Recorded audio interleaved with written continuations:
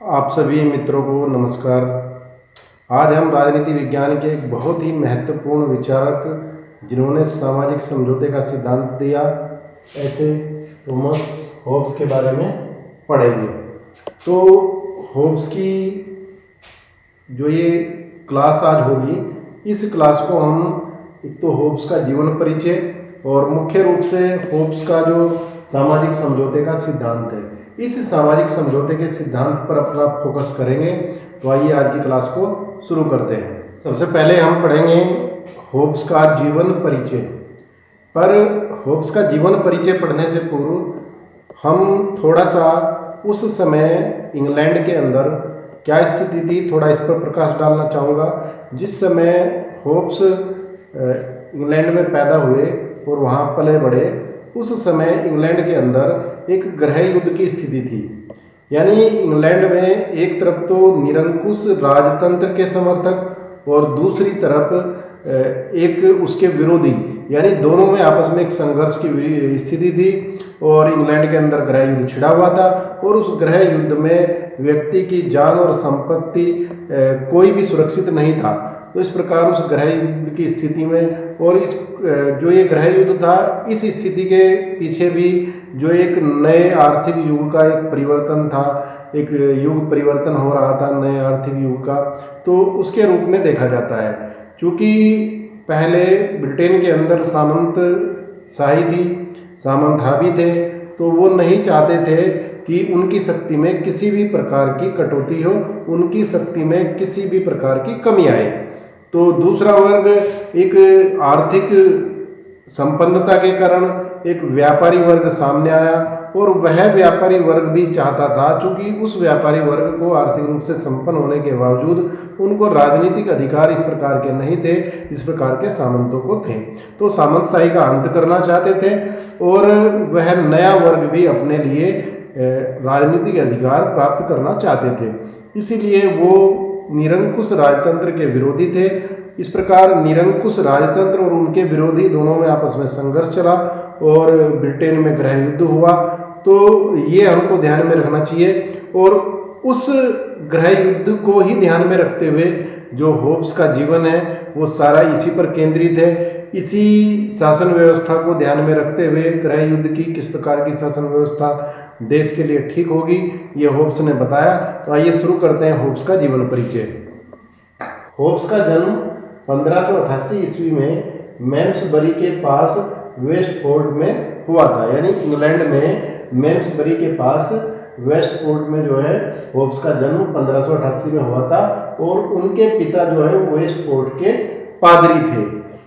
यानी होब्स के पिता वेस्टफोर्ड के पादरी थे, पर उनके पिता जो थे वो क्रोधी स्वभाव के थे, और क्रोधी स्वभाव के होने के कारण उन्होंने एक दूसरे पादरी थे उन पर हमला कर दिया, जिस कारण उनको अपने 3 बच्चों और पत्नी को छोड़कर देश से निर्वासित होना पड़ा। और इस प्रकार होब्स का जो पालन पोषण है उनकी अनुपस्थिति में, उनके पिता की अनुपस्थिति में उनके चाचा ने किया। होब्स जन्म से ही विलक्षण प्रतिभा के धनी थे। उन्होंने 4 वर्ष की आयु में ही अच्छी तरीके से पढ़ना और लिखना सीख लिया था, और 6 वर्ष की आयु में उनको ग्रीक और लैटिन भाषा का अच्छा ज्ञान हो गया था। और 15 वर्ष की आयु में होब्स ऑक्सफोर्ड यूनिवर्सिटी में दाखिल हुआ, और वहाँ से 5 वर्ष शिक्षा ग्रहण करने के बाद फिर वह जो है वहाँ से वापस आया। इसके पश्चात जब होब्स 1608 ईस्वी में उसकी आयु 20 वर्ष थी, तो वहाँ का एक कैवेंडिश परिवार था। उस कैवेंडिश परिवार में विलियम कैवेंडिश का जो है शिक्षक होब्स नियुक्त हुआ, और जो विलियम कैवेंडिश था उनके परिवार के साथ उनके संबंध जीवन भर बने रहे, और उस परिवार के संपर्क में आने के साथ साथ ही होब्स ने यूरोप की यात्रा की, अनेक देशों की यात्राएं की। और 1610 ईस्वी में होब्स ने अपने शिष्य विलियम कैवेंडिश के साथ पहली यूरोप की यात्रा की, और पहली यूरोप की यात्रा करने के बाद यात्रा के बाद वह अनेक दार्शनिकों के संपर्क में आया, जिससे वह नवीन भौतिक विज्ञान के बारे में जान पाया, और उसने जो निष्कर्ष निकाला कि कि जो ऑक्सफोर्ड का जो ज्ञान था, जो पढ़ाई उसने वहाँ पर की, वह अब जो है एक तरीके से प्राचीन हो चुकी है और उसका कोई ज़्यादा महत्व नहीं है। और इस परिवार के साथ संपर्क में रहने के कारण होब्स को जो उस समय के बड़े अच्छे अच्छे बुद्धिजीवी विद्वान थे, उनके संपर्क में होब्स आया, जिसका उसके जीवन पर गहरा प्रभाव पड़ा। 1628 ईस्वी में होब्स कैवेंडिश परिवार को छोड़कर सर क्लिंटन के पुत्र का अध्यापक नियुक्त हुआ और 3 वर्षों तक वह उनका अध्यापक रहा। यानी कैवेंडिश परिवार को छोड़कर सर क्लिंटन के पुत्र का अध्यापक नियुक्त हुआ 3 वर्षों के लिए, और उन 3 वर्षों में भी जो पहले 2 वर्ष थे, उन पहले 2 वर्षों को होब्स ने उनके साथ यात्रा में ही बिताए। इस यात्रा में वह गणित और ज्यामिति की जो नई खोज हुई थी, उन खोजों से परिचित हुआ और इस प्रकार उसका जो रुझान है वह गणित की तरफ हुआ।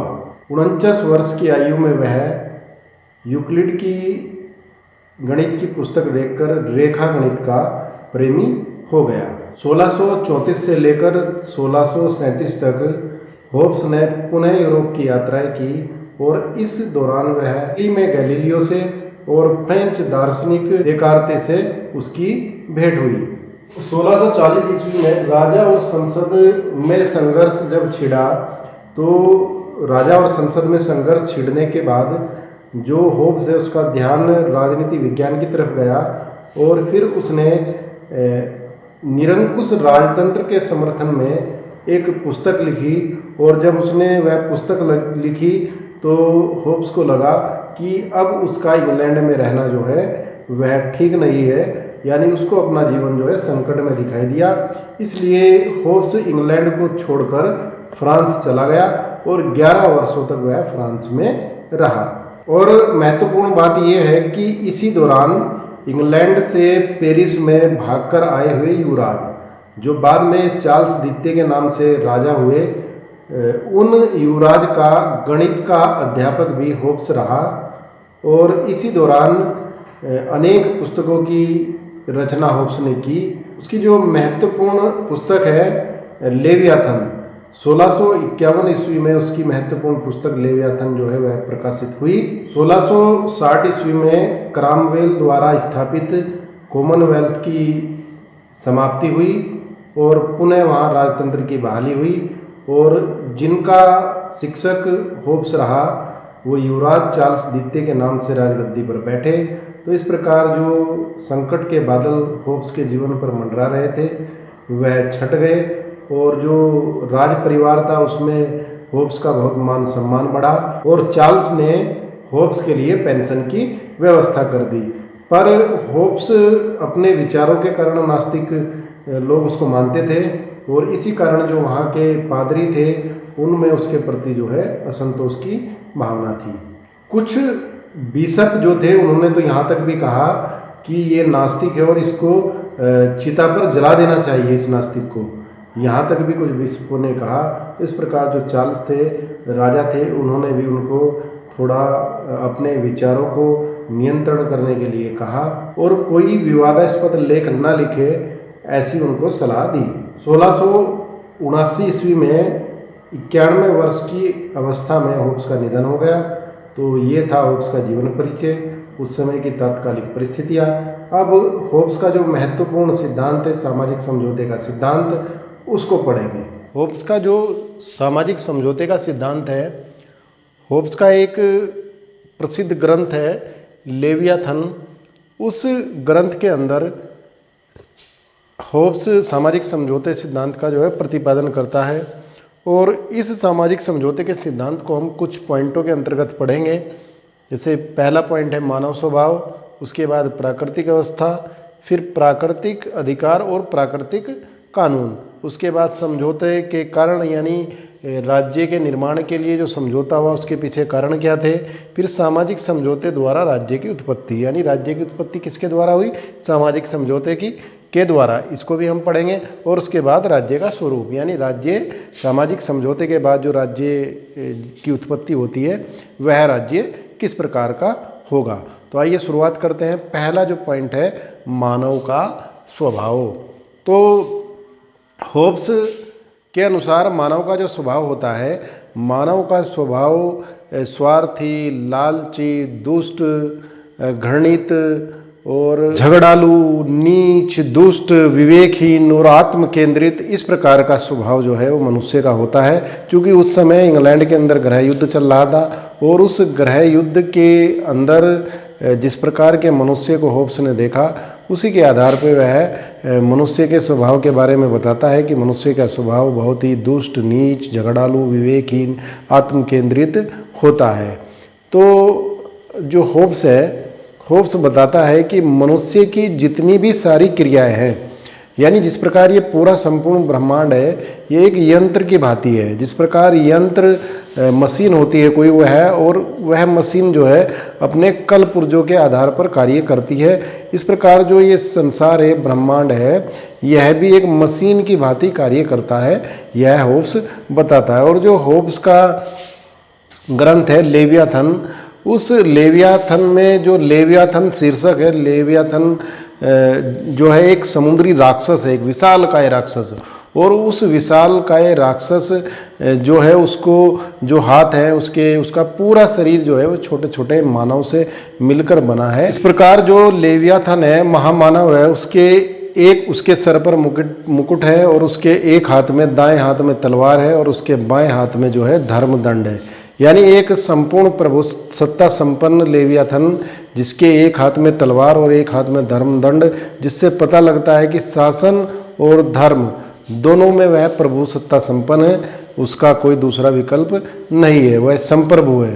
तो इस प्रकार लेवियाथन में होब्स बताता है कि मनुष्य का जो स्वभाव है वह आनंद प्राप्त करना चाहता है, वह सुख प्राप्त करना चाहता है।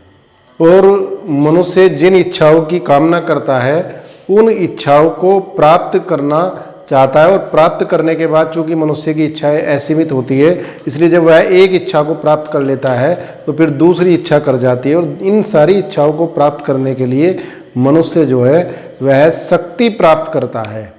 और शक्ति प्राप्त हो जाने के बाद फिर वो और शक्ति प्राप्त करना चाहता है। यानी इस प्रकार मनुष्य का जीवन जो है वह आनंद प्राप्त करना चाहता है और उसी के लिए वह जो है शक्ति का संग्रह करता है। होब्स बताता है कि मनुष्य सारे कार्य अपनी स्वार्थ की भावना से प्रेरित होकर करता है और अपने जीवन को सुरक्षित बनाने के लिए, अपनी संपत्ति को सुरक्षित बनाने के लिए वह जो है निरंतर कार्य करता रहता है और अपनी इच्छाओं की पूर्ति के लिए लगा रहता है। यह मनुष्य का स्वार्थ है। और जब उसकी इच्छा की पूर्ति नहीं होती तो वह दूसरे को हानि पहुंचाने से भी पीछे नहीं हटता, वह पिशाच का रूप धारण कर लेता है। यानी मनुष्य स्वार्थी है और अपनी इच्छाओं की पूर्ति में लगा रहता है, अपनी संपत्ति को इकट्ठा करने में लगा रहता है। इस प्रकार जो है होब्स मानव स्वभाव के बारे में बताते हैं। होब्स राज्य की उत्पत्ति से जो पहले की दशा थी, उस दशा को प्राकृतिक अवस्था का नाम देता है। और होब्स कहता है कि प्राकृतिक अवस्था में मनुष्य अकेला रहता था और जो है मनुष्य चूँकि स्वार्थी है, लालची है और कपटी है, विवेकहीन है, यानी ये सारे अवगुण मनुष्य के अंदर थे। तो इसलिए उस टाइम क्या होता था कि जो शक्तिशाली था वही संघर्ष करता था और जीवित रहता था। शक्तिशाली सबल व्यक्ति निर्बल व्यक्ति पर जो है अत्याचार करता था। इस प्रकार व्यक्ति का जो जीवन है वह भी लंबे समय तक नहीं चलता था और व्यक्ति की संपत्ति की भी कोई रक्षा नहीं रहती थी। यानी कुल मिलाकर व्यक्ति संघर्ष की स्थिति में एक पाश्विक जीवन जो है प्राकृतिक अवस्था में व्यक्ति जीता था, यह होब्स बताते हैं। और होब्स कहते हैं कि उचित अनुचित, न्याय अन्याय, धर्म अधर्म, इस प्रकार की कोई बात उस समय मौजूद नहीं थी। और इस प्रकार होब्स कहते हैं कि जब तक संपूर्ण मनुष्यों के ऊपर एक सामूहिक सत्ता ना हो तो नैतिक अनैतिक, न्याय अन्याय और आपका धर्म अधर्म, इस प्रकार की जो बातें हैं वह भी नहीं रहती।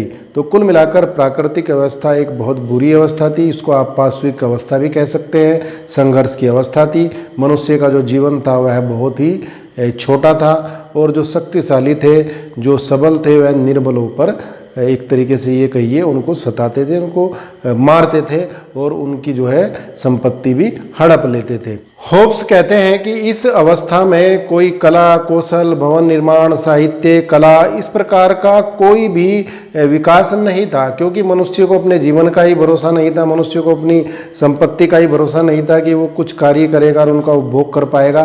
तो इसलिए साहित्य, कला, सभ्यता ये सारी चीज़ें उस प्राकृतिक अवस्था में नहीं थी। होब्स के अनुसार प्राकृतिक अवस्था में मनुष्य का जीवन एकाकी, कुत्सित, पशुतुल्य और छोटा होता था, और उस जीवन में ना तो मनुष्य का कोई अभिभावक होता था, ना कोई संरक्षक होता था, ना कोई उसका मित्र होता था और ना कोई उसका रक्षक होता था, यानी सभी एक दूसरे के शत्रु थे प्राकृतिक अवस्था में, ये होब्स बताता है। होब्स बताता है कि वाणिज्य, कला, उद्योग, व्यवसाय इन सब का विकास न होने के कारण मनुष्य का जीवन जो था वो निर्धन था, और साथ ही आपस में उसका जीवन कुत्सित इसलिए था क्योंकि मार काट, एक दूसरे के खिलाफ लड़ाई, संघर्ष, इस कारण जो है उसका जीवन जो है कुत्सित था। और पशुतुल्य इसलिए था कि एक दूसरे के प्रति जो है मनुष्य पशु के जैसा व्यवहार करते थे। और मनुष्य का जीवन छोटा इसलिए था कि कभी भी कोई शक्तिशाली दूसरे के जीवन का अंत कर सकता था, यह भय हमेशा बना रहता था। और यह प्राकृतिक अवस्था सबके विरुद्ध संघर्ष की अवस्था थी। हमारा जो नेक्स्ट पॉइंट है, प्राकृतिक अधिकार और प्राकृतिक कानून।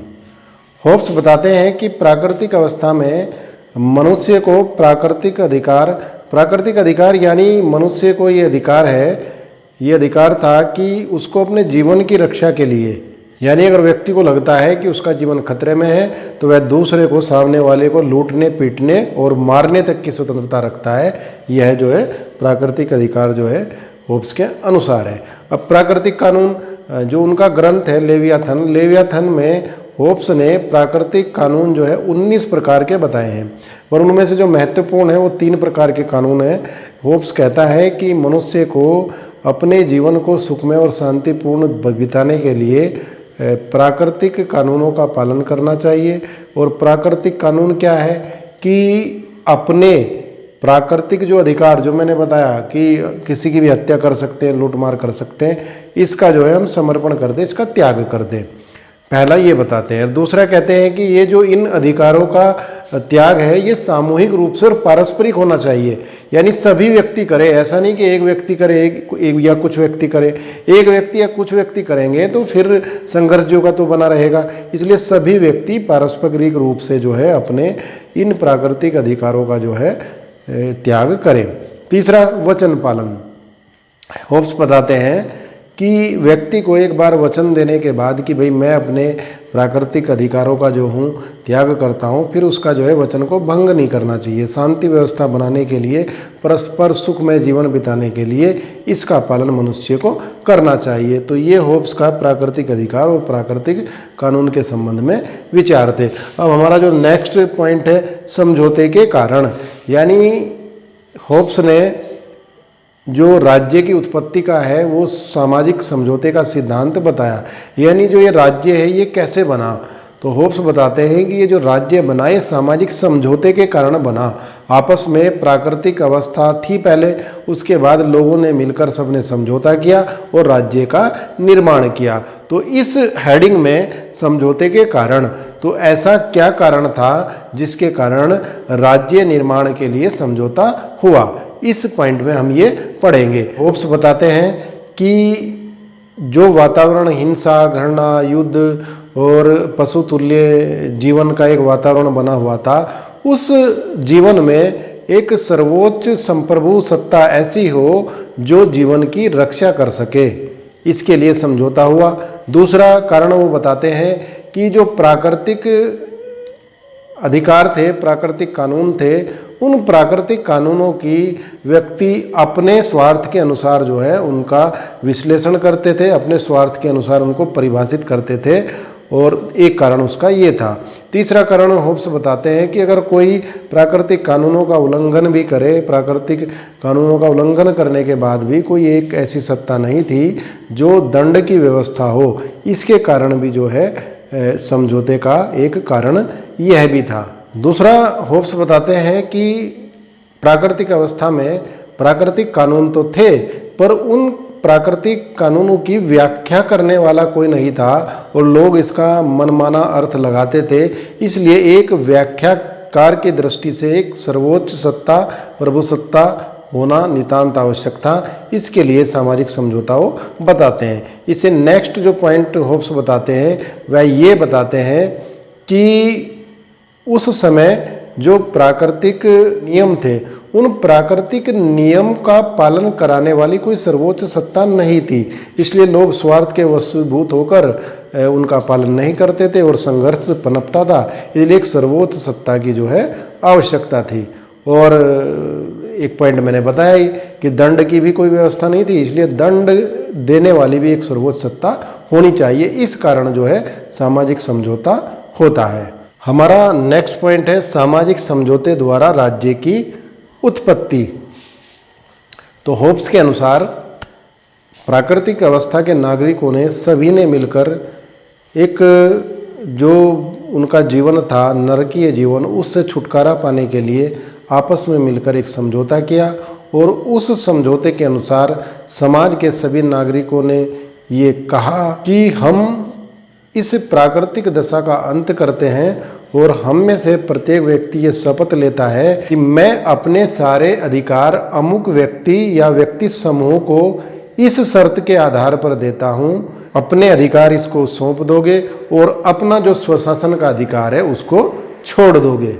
ऐसा करने पर सारा जन समुदाय एक व्यक्ति में समाहित हो जाता है और इससे फिर जो है राज्य का निर्माण होता है और इसको लैटिन भाषा में सिविटा या नगर कहते हैं। इस प्रकार इससे पहले समाज या राज्य की सत्ता नहीं थी और जब सभी लोग मिलकर संविदा करते हैं तो संविदा समझौता करने वाला जो समूह है वह राज्य कहलाया और जिस व्यक्ति को सबने अपने अधिकार सौंपे वह जो है लेवियाथन कहलाया। और वह इस धरती पर जनता की रक्षा, सुरक्षा, प्रतिरक्षा के लिए एक विशाल मानव देह रूपी लेवियाथन है। इस प्रकार होप्स के समझौते के द्वारा दो बातें होती हैं। एक तो सभी लोग मिलकर एक सभ्य समाज का निर्माण करते हैं और दूसरा सभी लोग अपने प्राकृतिक अधिकारों को त्याग कर एक ऐसे संप्रभु का निर्माण करते हैं, संप्रभु राज्य का निर्माण करते हैं जो उनको यह आश्वासन देता है कि वह उनकी आंतरिक और बाह्य शत्रुओं से रक्षा करेगा, पर साथ ही साथ सभी नागरिक जो है संप्रभु के आदेश को मानेंगे। संप्रभु का आदेश ही कानून है, वह सर्वोच्च है, वह संप्रभु है, उससे ऊपर कोई नहीं है और सभी उसके आदेश को मानने के लिए बाध्य है। वह कहता है कि संप्रभु के आदेश ही कानून है और नागरिकों को संप्रभु के आदेश को मानना ही चाहिए। संप्रभु के सारे कार्य जो है वह न्याय योग्य है, इसलिए उसका जो लेवियाथन है वह एक निरंकुश संप्रभु, निरंकुश राजा होता है। इस प्रकार होप्स जो है, होप्स के राज्य का स्वरूप जो है वह एक निरंकुश राजतंत्र की स्थापना करता है।